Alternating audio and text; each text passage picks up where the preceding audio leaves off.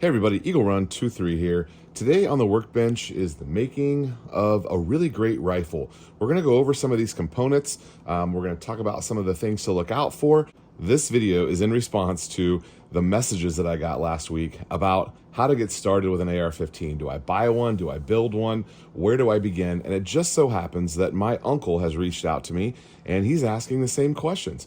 I need to make an AR-15. Should I buy one? What should I get? Should I make one? So I'm going to take this kit to him when we meet up during Thanksgiving. And during Thanksgiving, we're hanging out with family. Him and I are going to go out in the shop and we're going to put together his very first AR-15. So let's go over some of the components that you need. We're not really going to go over the buy versus build. We'll save that for another video, but we are going to go over the components that I happen to have that I'm going to help him build his first AR-15. Okay, we'll start up here at the top. This is a complete upper receiver from Unbranded AR. And there's a lot of things that I like about this. Number one is the price. Number two is it has the handguard the way that I like them, which is the abbreviated scalloped handguard. You don't need the weight of the full pick rail. It does save some weight. I kind of like the look of it, but this is going to be a great upper receiver for him. And this kit also comes with the bolt carrier group and the charging handle. So we have a standard 5.56. This one's actually 223 wild, so it can do either one. We're gonna keep this in solid black for him.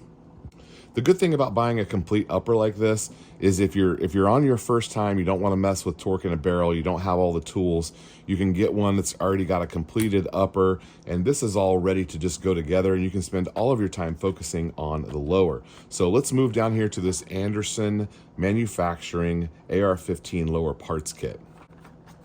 So this is a really great kit from Anderson Manufacturing. Comes with a standard A2 grip, which is great for most things. And then you've got your kit all laid out here nicely in these little packages. There's nothing wrong with getting one where it's all in the little baggies, but it is nice to have these little trays, keep everything organized, especially if this is your first time. So there's a bunch of different ways to go about this. You can get these lower parts kits with a fire control group or without a fire control group. There's also nothing wrong with popping in a drop-in trigger, but for the most part, you probably should start with just the standard mil-spec style trigger and then save these for an upgrade down the road.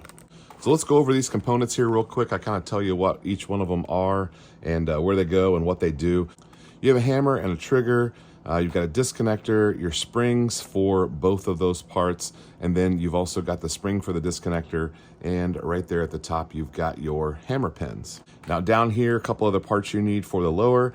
You have a bolt catch and the spring and plunger that go with it, and then you've also got your buffer detent and your buffer detent spring. Now this pin up here is the one that connects the bolt release to the upper receiver, and that goes right there. And in the other tray, we've got a trigger guard, goes down here on the bottom of the trigger. Then here we have a magazine release. It's got the button and the spring that go with it. And then we have a grip screw for the grip. It goes in from the bottom and comes with a washer. This pin here goes with the trigger guard. Down here at the bottom, we have a safety selector and then the two takedown pins. Those takedown pins both take a detent and a spring, and then this detent here goes inside the grip and interfaces with the safety selector. When I'm looking at a trigger out of the box, the two main things that I'm looking at are the two interfaces where these two parts come together, and that is known as the sear here on the end.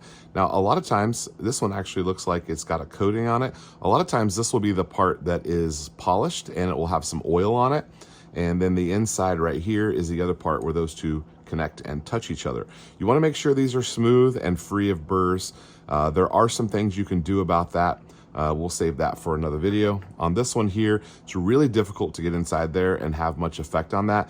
You don't really want to change anything as far as the geometry of your triggers are concerned.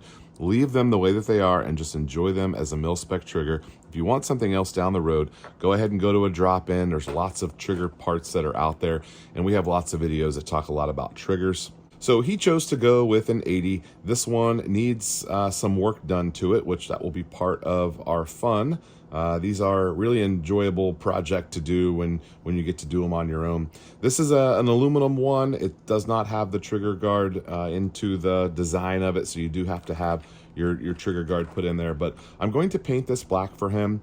I tried to get it into the Cerakoter, but because it's unfinished, they weren't able to take it with his FFL, which is totally fine. I didn't think that he would.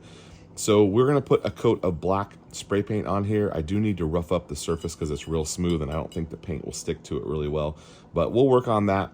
Everything here is mil spec. Our bolt release up here is not threaded, so he'll get the fun of driving in that pin. I'll make sure and show him my trick with the Delrin rod and make sure that I bring that. We'll be doing this at his house. He's hosting everyone for Thanksgiving, and so this will be the gift that I'm bringing for my uncle. All right, moving along here, we've got a buffer weight and spring go into the tube. We've got our buffer tube and this really cool kind of a minimalist style stock that I think will go great with this. This is a pretty basic build, nothing really fancy in any direction. And this is the buffer tube that we'll be using, and everything on it checks out to be fine. I've kind of put some of these things together and looked through them. The stock and the tube are from Unbranded AR. I have a link for them. Check them out. They've got some really cool stuff. Here is the bolt carrier group. I've been watching the videos that are out there from the School of the American Rifle, and I've kind of learned quite a bit about these. I wish I had all of his gauges to go through and check everything, but this one we're just gonna have to run. A couple things that I noted on here: it doesn't have a logo on it, but it does have Forward Assist cut in there to the side, and it is magnetic particle inspected, which is something. This is a 9310 bolt, and magnetic particle inspection, at least it says it is. But for as much as he's going to use it, it probably will be fine. Maybe I'll ask him if he actually wants this painted. Let's kind of mock it up here and see what it looks like with the raw here.